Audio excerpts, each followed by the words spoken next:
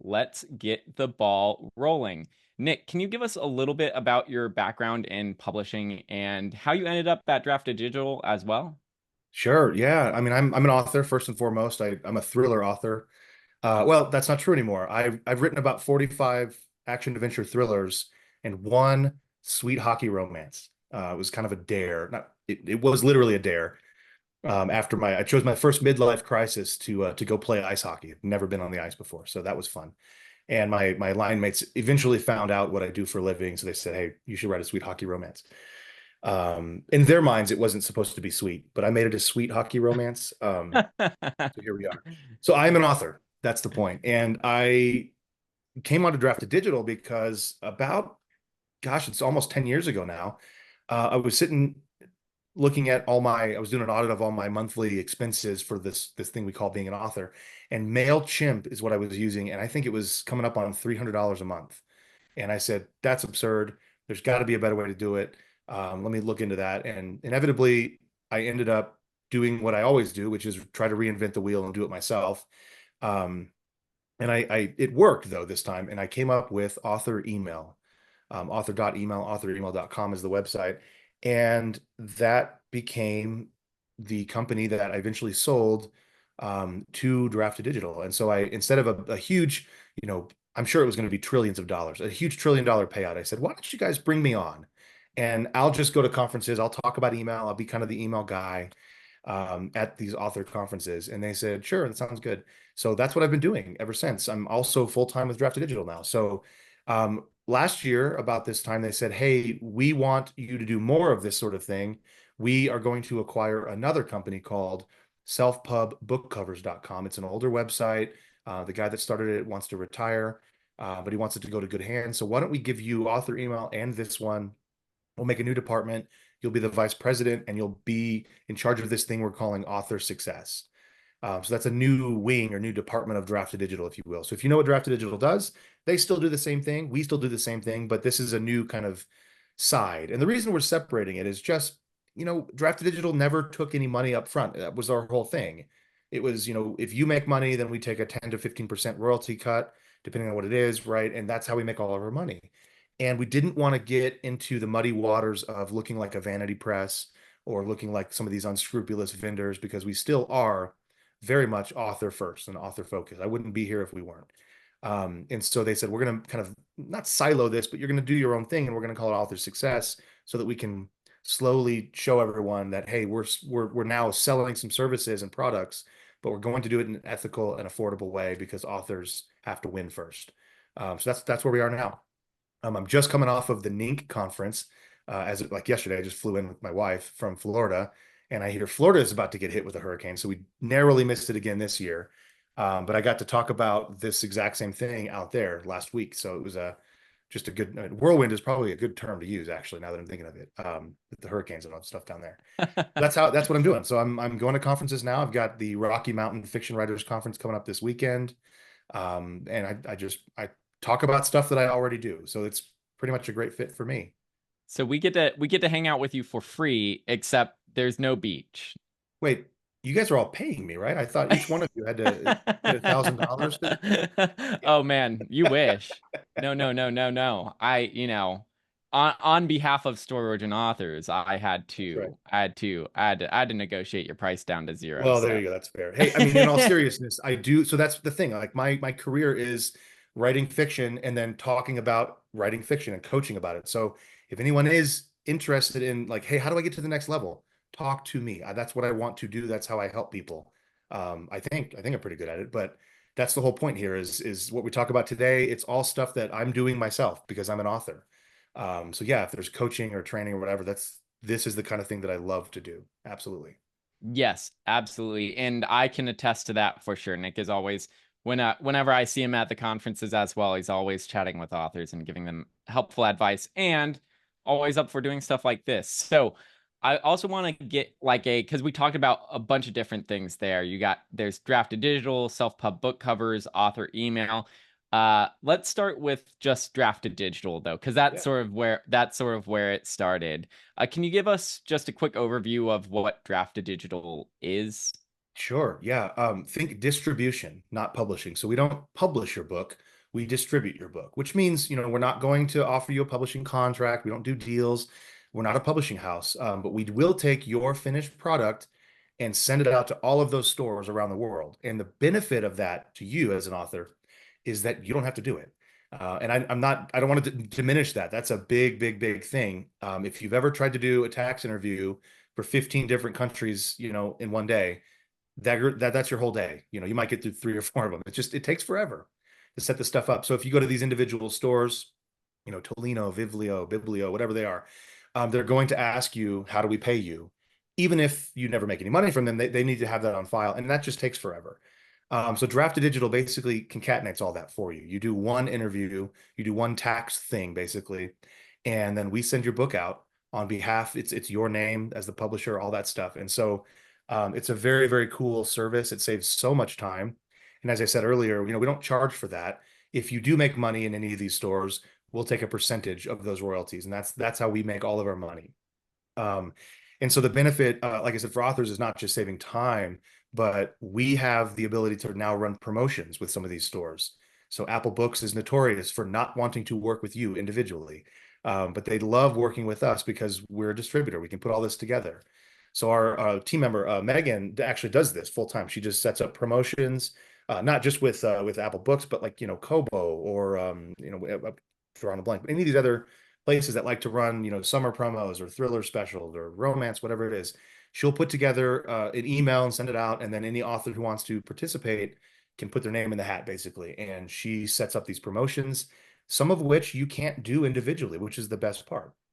I mean, the best part of working with Drafted Digitals, you have access to these things you wouldn't.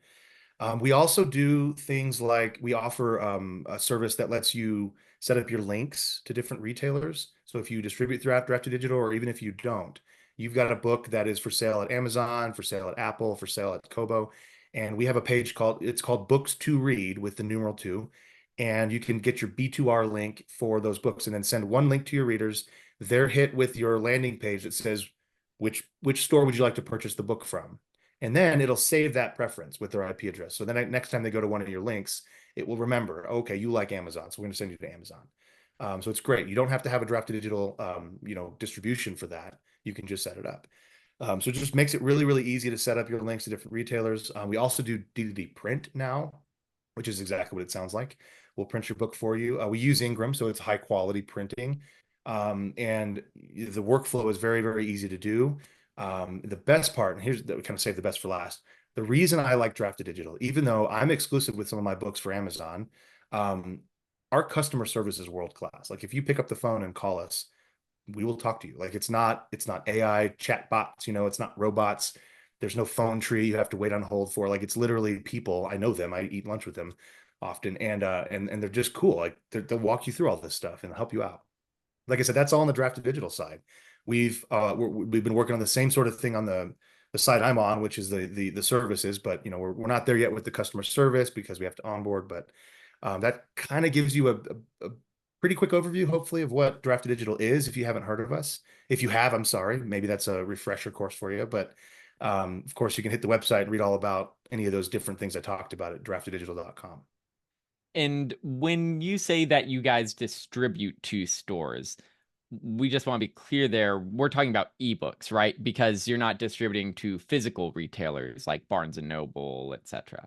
Well, your book, yeah, your print books will be listed at Barnes and Noble. I can't remember if I do it this way or not. So I'm trying to remember my own workflow because I do use D2D print. So yeah, we distribute, to Barnes and Noble. Your print book will show up there. The reason I'm drawing a blank On is the because website, on the right? website, yeah, And yeah. So then that's the when thing. I someone mean, orders it, it would be printed on demand. Like they're not stocking that book on store well, not shelves. necessarily. Here's the deal. I mean, the way print works as an industry is, you will make your book available in the Baker and Taylor catalog here in the United States, or, so Bowker, not Bowker. You go through like Ingram or Lightning Source, and you can check a box, expanded distribution, all that stuff, and your book will show up in a database. It'll be in that catalog. That's what we're calling distribution. So we will distribute to these stores. It's up to the store whether or not they want to put it on a bookshelf, and then if it's on a bookshelf, spine out or cover out, right? Um, Typically, especially as indies, The truth is, they're not going to stock your book because no one's heard of it.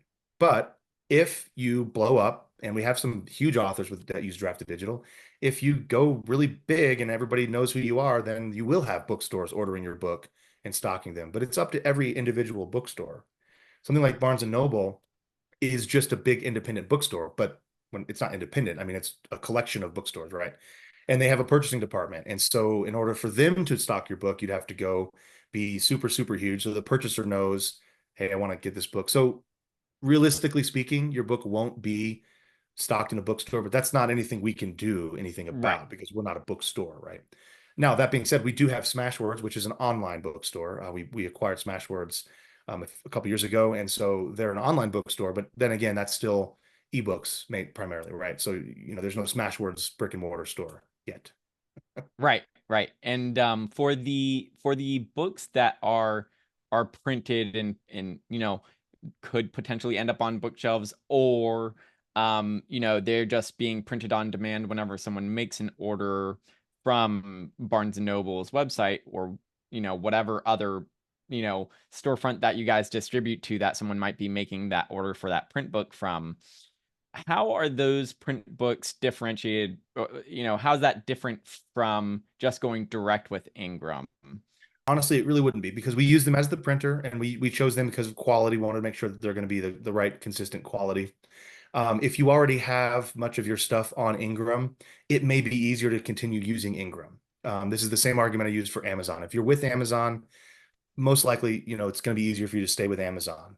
We actually don't recommend taking your books and distributing through Amazon to Amazon through Drafted Digital, just because Amazon doesn't really play nice with aggregators like this. They actually prefer the independent model, going to the KDP dashboard. That's not necessarily true with Ingram, but it is tricky because you've got a whole different process to set up a title.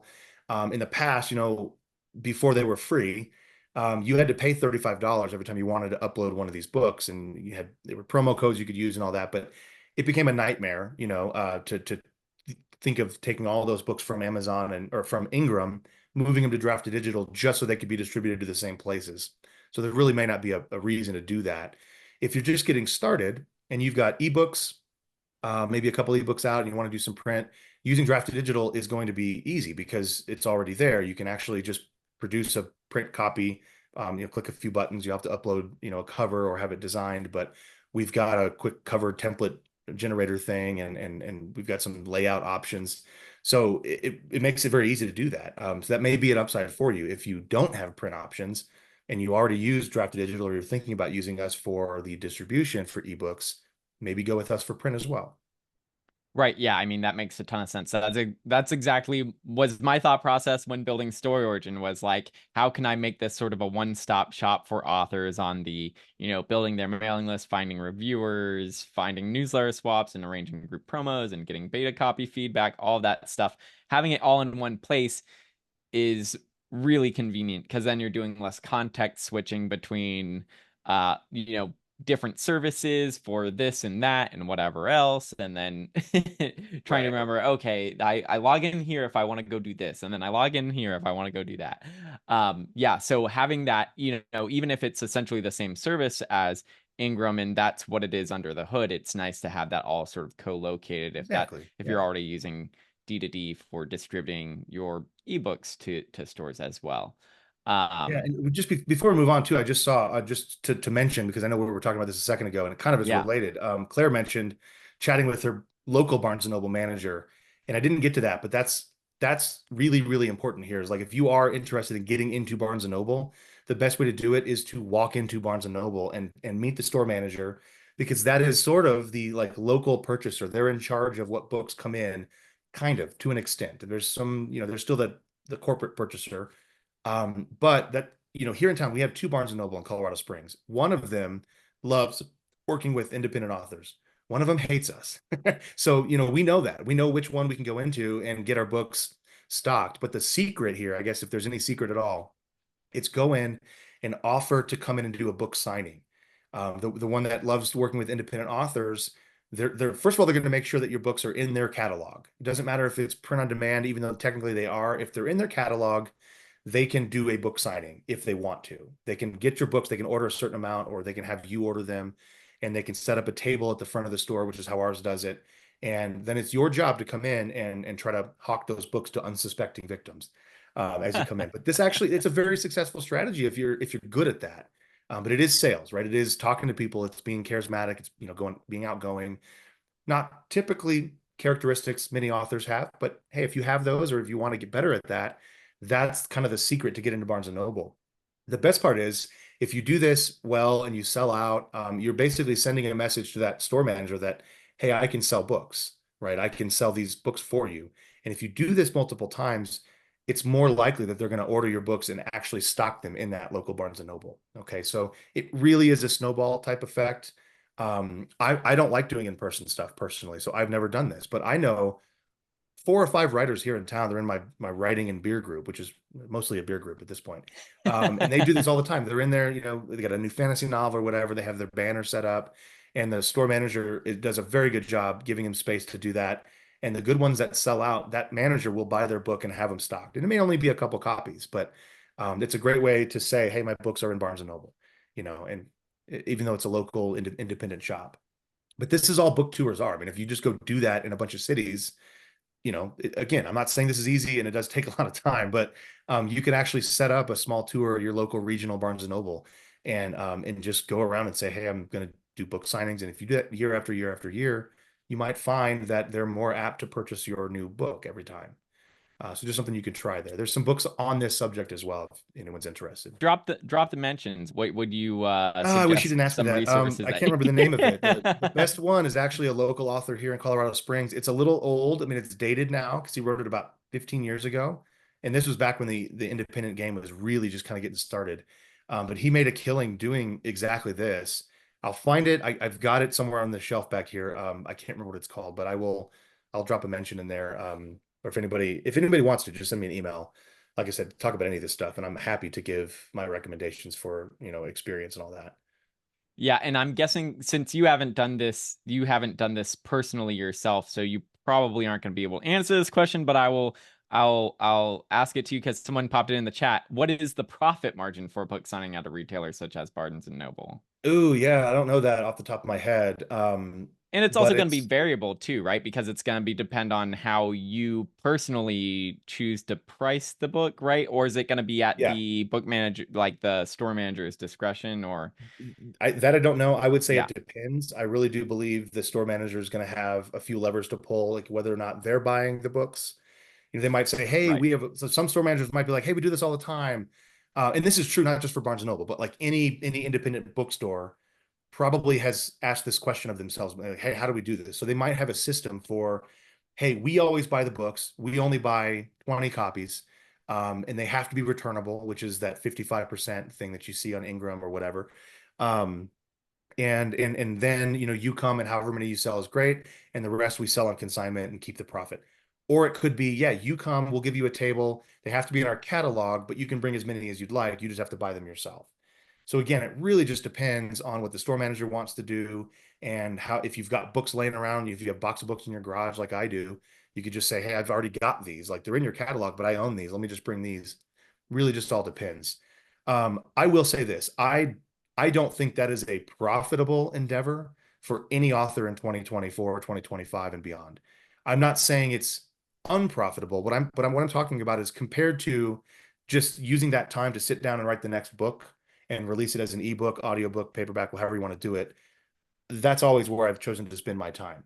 Now, I just admitted like I don't really like to do this. So that's factoring into this equation here. But for me, it's not really profitable to go and spend all this time developing a relationship with a store manager who might not always be there, by the way. Um, for one local Barnes and Noble where I might be able to sell 20 copies of a paperback book where I might make $2 or $4 for each one. I make more money than that just, doing an ebook promotion, that same day where I can just write. So keep all that in mind. If you want to be in a bookstore because that's a value that you have, there's nothing wrong with that. And that's admirable. This may be a method to do that and get your book, in the bookstore. But as in terms of, oh, this is the silver bullet to make, millions of dollars a year, probably not. Yeah, it's worth noting there the difference between, unscalable and scalable approaches. So this is the going and doing book signings is not a particularly scalable approach because you can't Yes. duplicate copies of yourself and get in front of millions of people all at the same time. But when you're doing advertising, via Amazon or Facebook, etc., you can get impressions across the entire world, right? And uh, thousands or tens of thousands or hundreds of thousands of impressions, uh, you know, every day or week or month or year. And you can't, unless you are Santa Claus and you can hop in your sleigh and you can cross the entire globe in a single night and deliver packages to every child on Earth. Right. Which I So, can. My name is Nicholas, so I can do that. But you can't because your name's not Saint Nick. You know what? I could see you playing a very good Santa Claus. I hope there's no Uh, children in this call. I'm gonna hate to break the news to you, but I'm Santa Claus. Santa Claus isn't real. um, but while we're talking about doing book signings in person, I will say that while it's not maybe necessarily the most scalable approach, it is one of those things where is it fun to you? Because, Yes. for Yeah, yeah, yeah. me, going to conferences, uh, it's usually not like a ROI thing for me. It's Right. I go there because like it's the, little bit of time out of the year where I'm surrounded by people that understand what I do and Mhm. actually, like use story origin and all that stuff. And it's so fun to meet people face to Right. face and all that stuff as well. So That is so there's, true, man. I mean, I at the yeah. Nink conference, it's all about industry. You're talking to other authors, you're talking to other professionals. I didn't go expecting to get, 20 signups for author email. Like we did get some. We always get some. And we always get some people who've never heard of Draft to Digital. And we're kind of, we're playing the long game here. We're like, hey, we want you to know who we are. We'll buy you a meal, we'll buy you a drink. Because we want to have that relationship. The same thing with this weekend. I'm going to the Rocky Mountain Fiction Writers Conference. Actually not on behalf of Draft to Digital, but as me, book career in a year. I'm pointing to a little sign there, but coaching, training. Like I'm not going to go, throw my business card out like a ninja star and hope I get someone in the neck and say, pay me money. It's about building relationships. And so somebody goes, oh, well, I need somebody to help me with this particular problem I'm facing in my business. Oh, I met this guy named Nick at this conference. Maybe I'll call him. That's what I'm hoping to do. It's all about just building those relationships and showing people. Like I said, I'm an author and I can do this and I've been doing it and just showing people that. So that's why you go because same thing. You want to show what Story Origin can do and say, hey, this is what we've got. So whenever that author is at the point where they need it, they'll remember you. Yeah, yeah, yeah. That is that plus, it gives me a little bit of time where I'm not just like sitting in my office being a lonely person typing on a computer. Which is big for us. You got to get out and, go into real Yeah, meat yeah, space, yeah, go into the yeah. real life. Yeah, in the Yeah, real yeah, world. yeah, yeah, yeah, yeah. So other questions about Drafted Digital. How does Drafted Digital handle the royalties and payment side of things? Because you guys are distributing to all these different stores. How does that work? So yeah, so there's a delay because every store pays out at different times. I can't give you an exact number of days. I think we have one. I just don't remember what it is. But it's some, number of days after we get all of the money. And we sort of act as an escrow until then. And so all these different stores around the world will pay Draft a Digital, and we say, okay, well, this is this author and this author, this author, and then your account will show your kind of accruing balance. So then if there's returns or factors in, exchange rates, all that stuff, by the time we are ready to send you a check, that's been, sort of what's the accounting term for it? It's been finalized, right? Um, and so we send you a check, or typically we'll do PayPal. We'll send you a PayPal amount. And after you do this for a few months, you start getting paid every single month at the same time, but it's for money that's accrued, a month or two prior to that, if that makes sense. Very similar to how Amazon does it, right? I think we can do ETF or what's the bank transfer.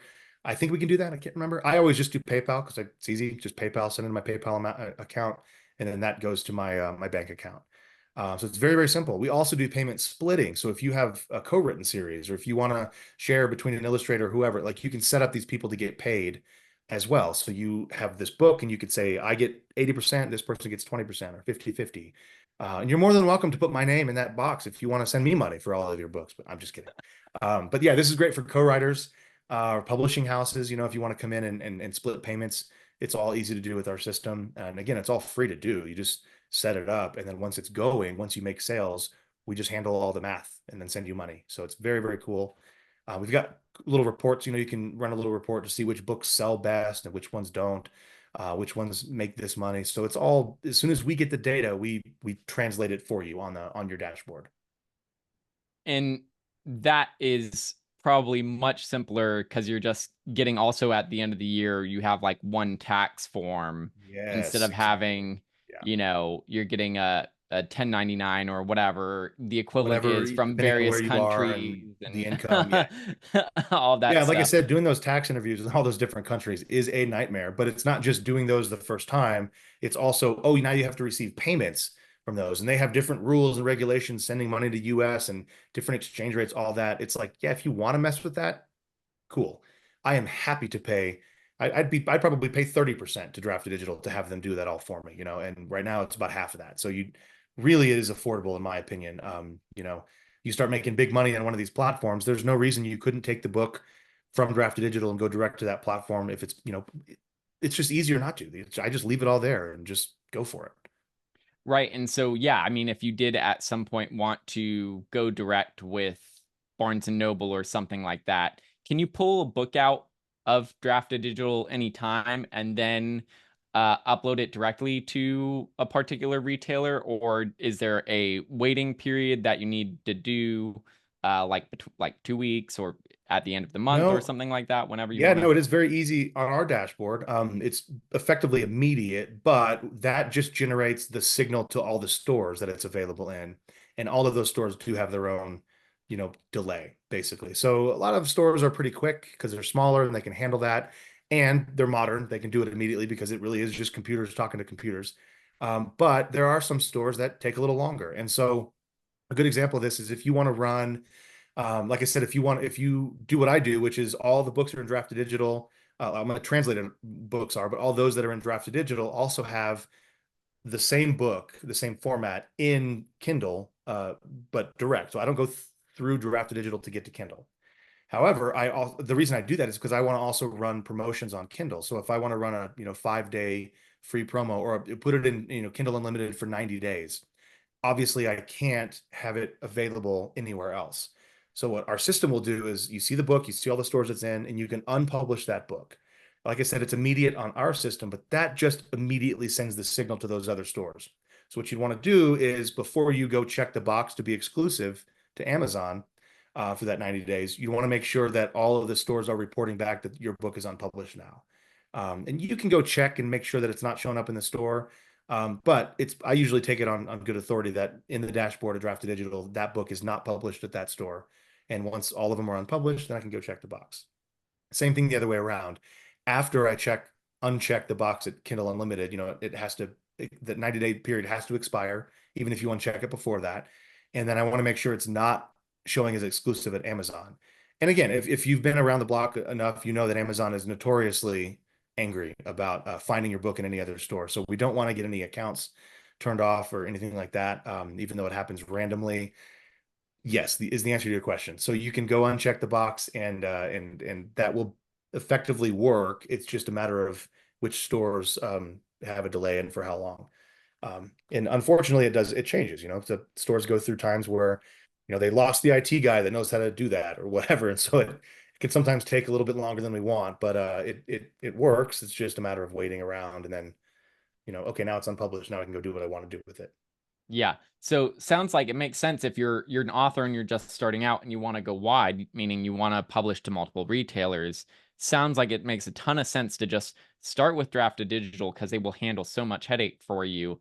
I And believe then so. Yeah. once you get a book to a certain income level and you say, okay, now it's worth it for me to deal with the headache.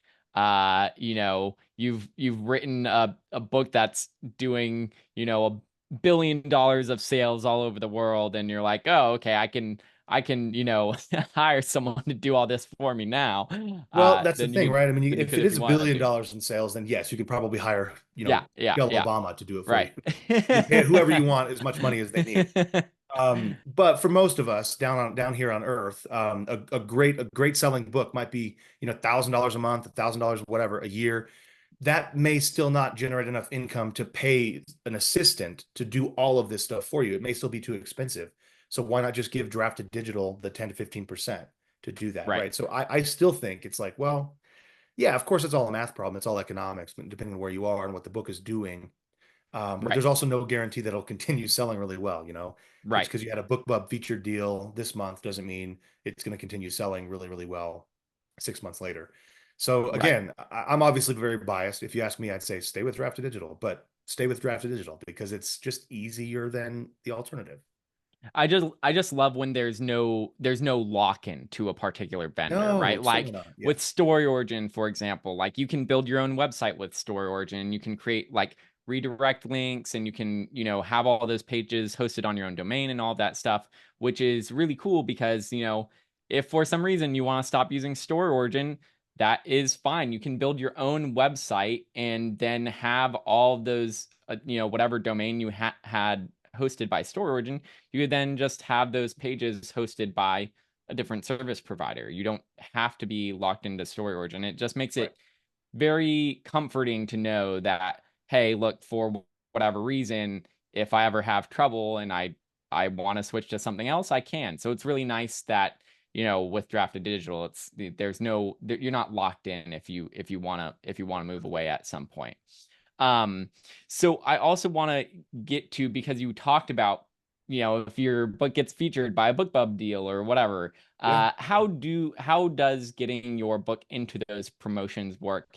And I know that we talked earlier about, you have someone on the team that will basically send an email out to authors. Those authors can then sort of put their name in the hat to be a part of the promo, whether it's, Apple Books or whatever other retailer might be running a promo and you're submitting your name for.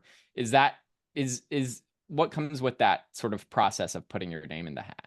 Well, it's very simple. I mean, first of all, this is largely promotions that an individual store reaches out to us and says, "Hey, we're doing a summer promo. We're doing a thriller event. We're doing a romance thing. We're whatever." And so then Megan will get that and put together an email using author email, by the way, that goes out to our Drafted Digital and Smashwords authors who are in that genre. So she'll say like, "Hey, I know you write thrillers, or I know you write romance, whatever.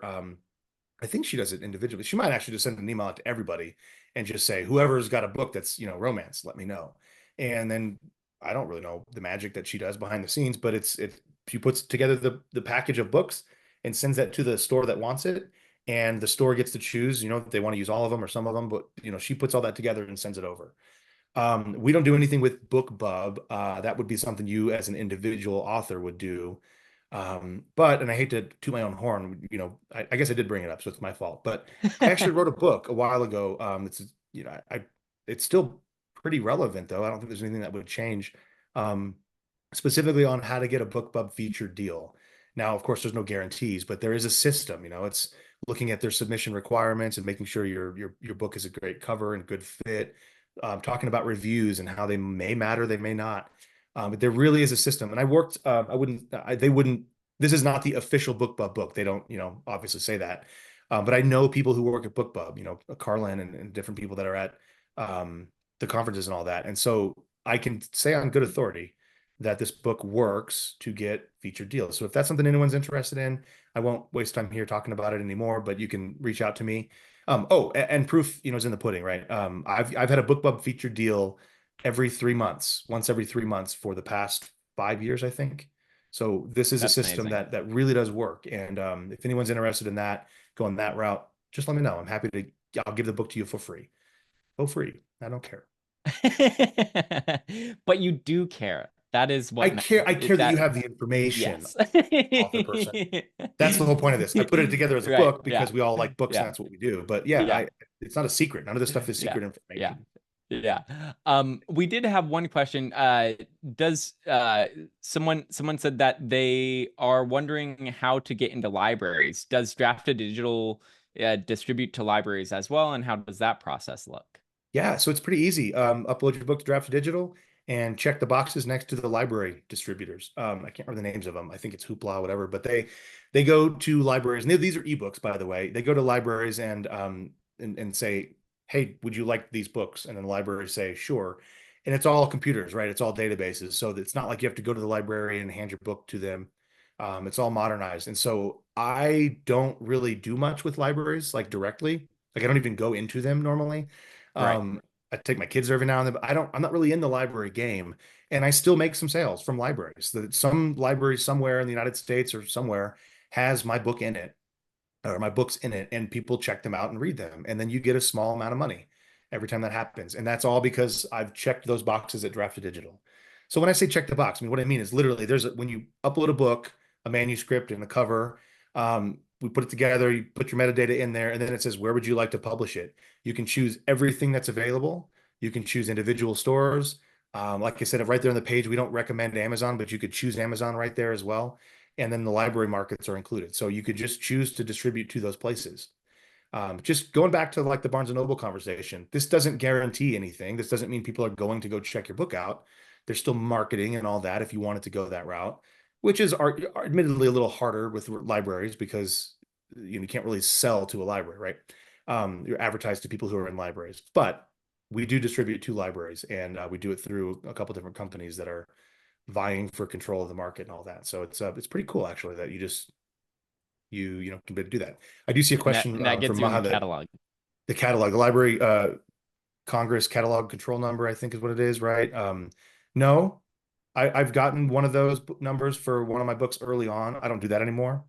So no, you just publish the book and it gets sent out. I believe it just takes our metadata and sends it over there. But um, I'm not a lawyer, so I don't really know what the benefit of having a catalog control number is, although I'm sure if you go look it up, they would say there is one. But as an indie author, as somebody who's published professionally with traditional publishers and indie, that's never come up. It's never been an issue. Yeah, sort of like ISBNs, right? Yeah, exactly. Yeah. Yeah, and I have a block. I bought a block of ISBN. By the way, and I'll just say this: ISBNs are a racket here in the United States. They're totally free in other countries. Not all of them, but like Canada, you can go get as many ISBNs as you want. It's absolutely a racket. I hate buying them. I think they're stupid. But I wanted them because I wanted my publishing house, Conundrum, to be listed as the publisher of record. Whatever. I don't think they're necessary at all. If you go to Amazon, for example, they have their own ASIN number, which are free because they should be. That's enough. The downside is if you do want to go to Barnes and Noble, for example, they're going to look up, where your book was published. For some reason, it matters. It's a, pretentious system. Um, if it says Amazon Publishing, they're not going to order your book. I mean, if you tell them to, if a reader goes into the store and says, order my book, they will. But they're not going to stock that book because it's self-published and self-publishing is bad. That's just the world that we're in, right? Or that they're in. So no, yeah, I don't want to get too far into the weeds here with ISBNs and all that stuff. There's Yeah, maybe yeah. some use cases where you'd want to have one or two, but they're a racket because they're expensive and they're just wholly unnecessary. If you want to sell a book, you can do that without an ISBN. Right. And this goes back to again sort of the conversation of like scalable versus unscalable distribution and selling methods, right? So when Right. you want to go and you want to sell into bookstores, it is going to be very time intensive and maybe not very profitable. And so it's best to hold off on doing those things maybe until you are at a certain income level and you're like, again, this is one of those things where it's like, oh, now I make $1 billion. Right. And now, now it's worth it for me to have these conversations with getting into bookstores and because I've got the sort of the audience behind me to make that push Right. significantly easier or something along those lines, right? Yeah, Um, exactly. Yeah. And that's the thing. It's just the thing of scale with ISBNs. If you want to buy one ISBN, I think it's like $125. If you want to buy 1,000 ISBNs, it's $1,000. Right. And so it just and that they did it on purpose because it's a racket. We don't need them. yeah. But that's the thing. So if you've got 1,000 books out, it's it's kind of fine. Like it doesn't matter. It's $1 per ISBN. Go buy a block of them and you're fine. If you have 1,000 books out and you're not making, $1 million, you're doing something wrong. That's the whole point, right? But if you've got one book out, don't waste time. And I hate to say it in such strong terms, but don't waste time and money on things like, getting the Library of Congress to copyright your book, to go get ISBN number for it, to go, make sure that you've spent buku bucks on your cover. Um, you need to care about the product, of course. I'm not saying you shouldn't, but beyond editing well and getting a good cover that works, that fits the genre, there's not really much else you really have to do. I would say release it, learn something, go figure out what you want to do next, and then write the next book. Well-intentioned recommendations can also frequently lead to those recommendations being taken as roadblocks, right? So, for example, I'm always talking to authors about have a reader magnet. Here's what I recommend. Use a prequel short story to your book or your series.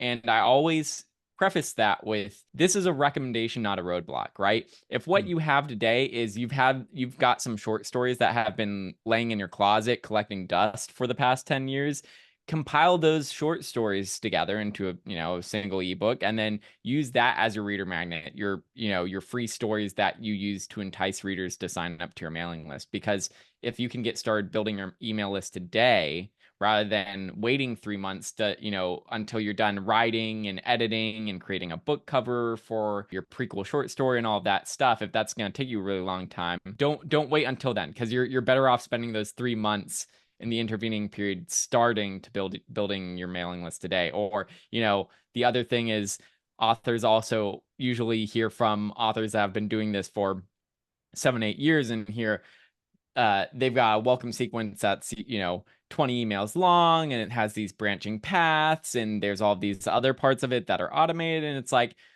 don't let that recommendation become a roadblock. If what you can do today is set up a single email that just says, hey, thanks for joining my mailing list. Again, here's the link to download the book if you didn't already see it.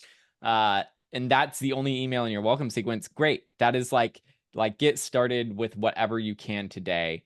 And so don't let don't let those recommendations around whatever else it be, getting into libraries, selling into bookstores, doing book signings, all that stuff. Don't let those things become roadblocks to just getting your book out there, because it does not take long to go from I've got a finalized manuscript to now it's being sold. What is the time span between, someone uploading their finalized manuscript to draft to digital and then that book being immediately, being available to buy from the stores that you guys distribute to? It's just like the payments. Every store is a little different. It depends Hmm. on numerous factors, like how many people are actually getting it, how their ingestion system works. It's little as a few days, maybe even 24 hours. And I've seen it take as long as 2 weeks in some stores, but it really runs It's the gamut. variable, right? Yeah, yeah, yeah.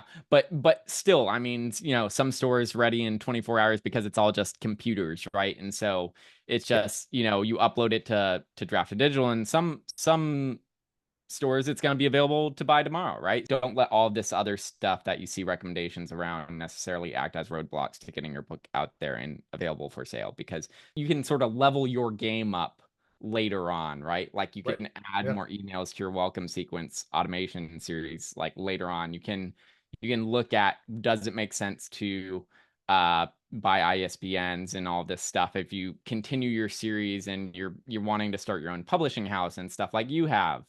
um, so yeah.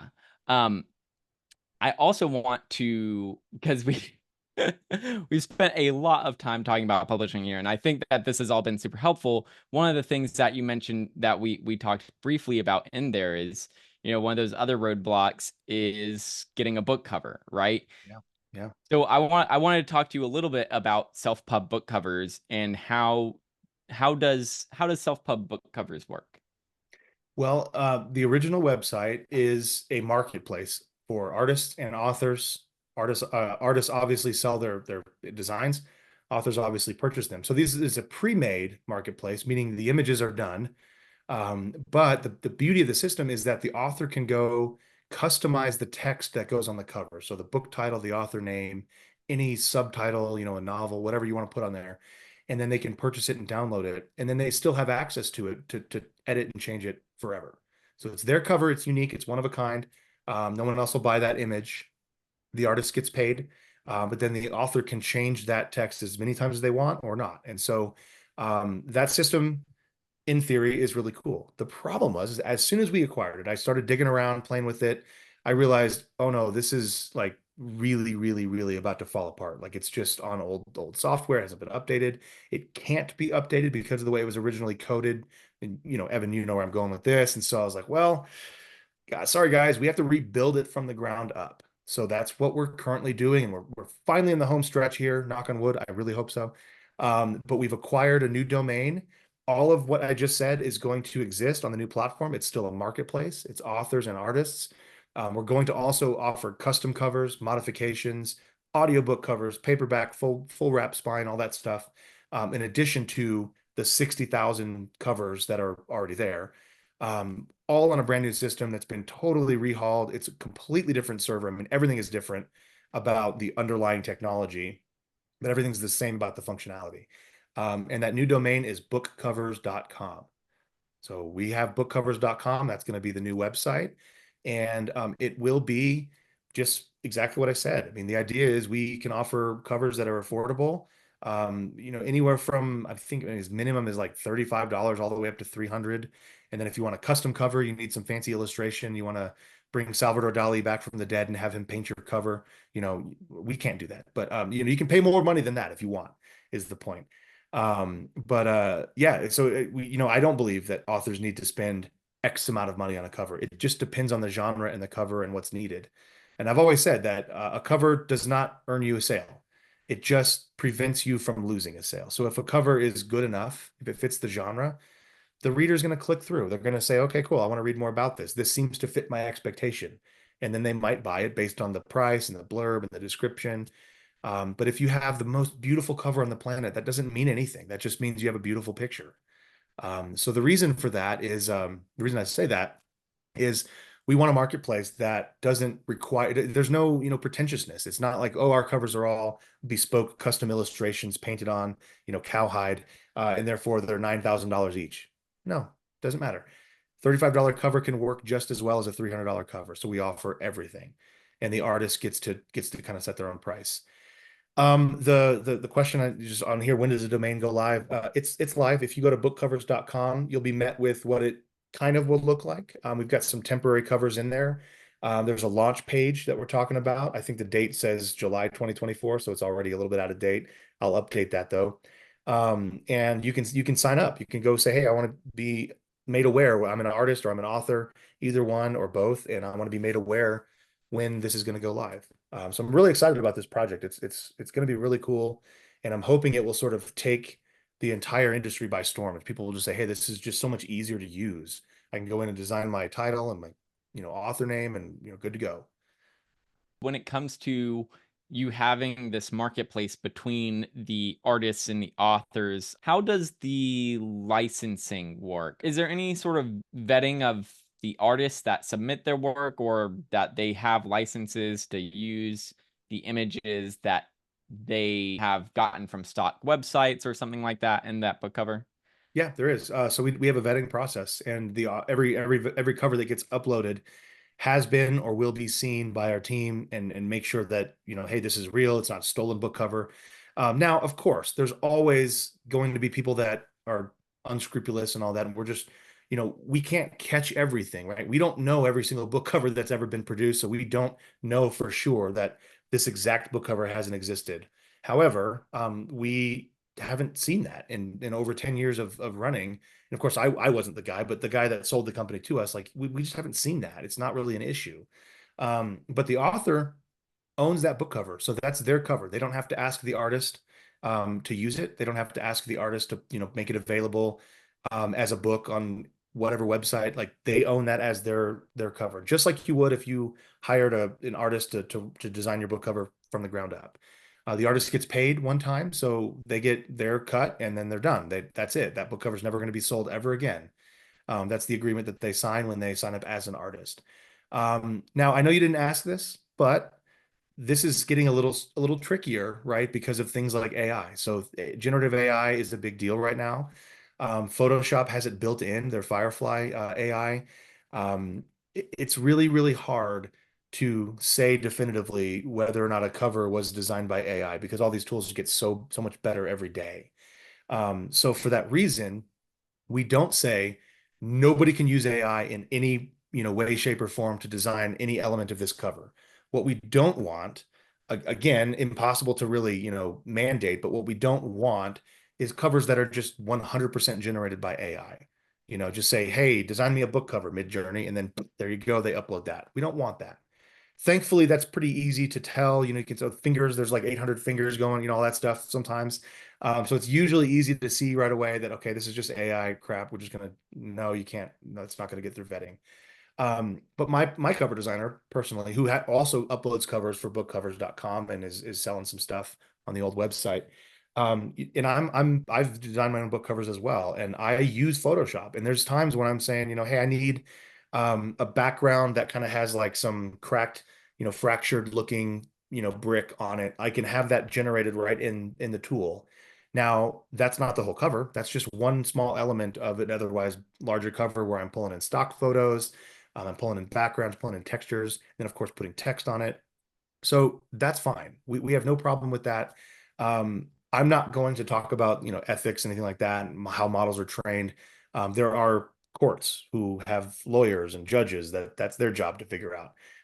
But where it comes to, offering a marketplace, that's kind of what we say is we don't want stuff that's 100% wholly spit out by AI, but we recognize that this is a tool that can be in the artist's tool belt. And so if you want to use it for a particular element, or there's a stock photo, but the hair is the wrong color, we already do that in photo bashing, right? Like you take that, you go through and color the hair a certain way. If you use a generative AI tool to do the same thing, I don't see that as a problem. So I hope anyone listening, you can acknowledge like this. It is a tricky, it's a debate, it's a tricky thing, but that's where we fall on that spectrum, on that line. Yeah, that makes sense. It is, and it is one of those things where because it's like built into tools like Photoshop, if someone's using Photoshop to make a book cover and they've compiled all of these stock images and they're remixing them and putting them all together, and then they have some portion of it where they're just like, oh, right here, you know what, I want to crop this thing out, Right. like just remove this from the stock image, Yeah. and fill it in with like whatever would make sense for that hole I just created. You don't know, there, it's impossible to tell. It it would is. be And this is impossible to stuff vet that for artists something have like done that too. forever. Book cover designs have been done this way forever. We just haven't had tools that made it easy. Right. So that's really the only difference here is that, hey, I don't want that sword in his hand. Okay, well, here's a sword I want. Well, it would take forever to cut that out. I've done it. I shop it on there, make sure the lighting's the same, do the background.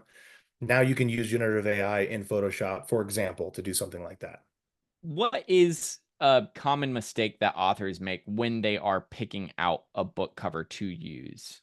That's a great question. I actually gave a talk on this at a writers conference back in Oklahoma not too long ago, and so I've been thinking about it a lot. And I believe the biggest mistake authors can make is thinking they know what a good book cover is. Not because I don't like you; you're all beautiful, amazing people, but your job isn't to design covers that sell books. Um, that doesn't necessarily mean you have to go pay an artist to do this. But what it means is, book covers are the first point of contact a potential reader might have with your book product. And so it's important that it does a few things. And those things usually aren't reflect exactly what's in the book. Let me say it a different way so it's not like a double negatives. But I believe a book cover should only entice the reader enough to say, this is the type of book I want to read, meaning it matches the genre expectation. So if it's a thriller, it's probably not going to be a good idea to use curly cursive text on the cover because that's not typically what people in the genre would expect, right? Or readers of that genre would expect. Okay, so things like that. Knowing your genre is really important, and it's not impossible. You just go to Amazon or wherever and find, your genre and just scroll through and look at the grid of all the covers and what do you commonly see? What are the colors that we commonly use? This is an area where it's not a good idea to try to stand out. You don't want to get lost in it necessarily, but you need to have a good enough book cover that fits that genre. So it's a mistake, I believe, to try to make your book stand out with just the book cover. Oh, it's such a good book. I have to make it just the most beautiful. So I'm going to use neon green and then put really, really ugly text on there because that stands out. It's going to catch their eye. Yeah, it will. It's going to catch their eye, and the reader's going to go, I'm never going to read that. That's weird. I don't know what that is. I'm never clicking it. Just lime green book cover with Comic Sans on it. That's all it's got. Yes. With Comic Sans, Papyrus. Very Yeah. noticeable. Don't do that. Yeah. So understand those genre conventions. Understand that because those are reader expectations. And if you don't match them with your cover, they're never going to click through and see how good your book actually is. They're never going to see the reviews, never going to see the description, they're never going to see the price, maybe. So that's a big mistake. Another mistake is not understanding anything about cover design. So if you do work with a cover artist or a graphic designer, it's important to know a little bit about what I just said so that you can have that language to give to them. I made this mistake early on in my career. My very first book, I worked with a graphic designer, not a cover designer, but a graphic designer.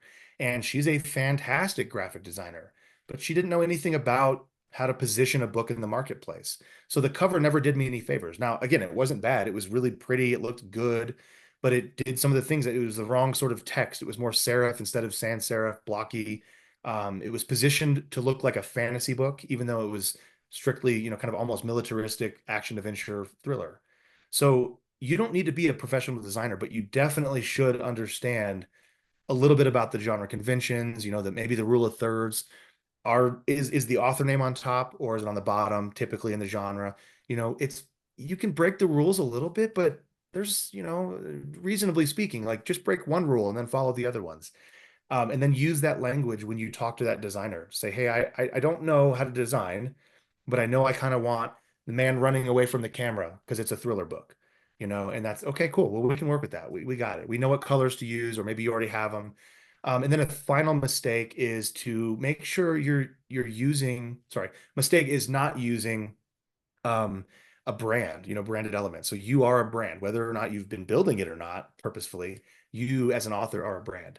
So have a logo, have, your name stylized a certain way that is replicable for every single book. If you've never done this, no big deal. It's easy enough to change. You just call that designer up and say, hey, can you use this instead? Or design me one. Pay a little bit of money to have it look, really good. Mine says USA Today bestselling author, Nick Thacker, right? Real big. That's how it sounds too when you have to read it like that. The point is, hey, I thought it was cool. Put the USA Today thing on there, but it doesn't matter now. That's my brand. I'm sticking with it. I've got 45 something books out, so probably going to be tough to change it. So I'm glad that I chose something that is simple enough that it is going to work for pretty much whatever my designer does. I will mention one tip that I learned is take a screenshot of the top 20 or 25 or 100 covers from just Amazon for your genre or whatever. Put your book cover over one of those and then just do a quick, hey, does this blend in with everything else that's here? Like, does my cover stand out in a bad way? Like, does it look different? Because a lot of those rules, like you're talking about, like the rule of thirds, or making sure that the font is the right kind of font, those are rules of thumb that Yeah, you can learn and you can read about them, but a lot of times they're just intuitive enough where if you put these images side by side and it's like, the highlights magazines that my son gets, it's like, what's the difference between these two images? right, right, right, right. You can just immediately sort of tell, oh, like there's something different about this, and maybe different in a way that is not right for the genre. Yeah, yeah, absolutely. So yeah, that's a great way. And then especially because, self-pub book covers, what is now going to be bookcovers.com, has pre-mades. You can do that without doing the paying tons of money upfront to a cover designer only to get back something and then do that quick test and then go, oh wait, no, this is totally wrong and we have to start from scratch, and how much more is this going to cost me to totally redo this cover. You can take those pre-made covers and sort of just slot them in there and see, okay, does this match? And that would at least give you good basis or a good starting point. And then, or even if you want to go the customer route, potentially provide at least a discussion for a custom cover to say, hey, here are the elements that I liked out of these kinds of things, to provide fuel for that conversation, because it can be tricky to say, oh, I know exactly what I want, and it's got to be like this. So we're out of time here, but I know we had a lot more that we could have chatted about. I want to make sure that everyone knows where to go. Where can we find you, Nick? How can we find out more Yeah, about thanks. Drafted Digital or book covers, all that stuff?